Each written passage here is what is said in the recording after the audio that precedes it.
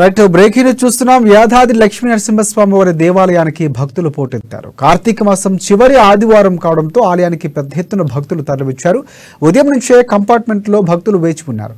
విఐపీల స్వామివారి సేవలో పాల్గొని మొక్కులు చెల్లించుకుంటున్నారు.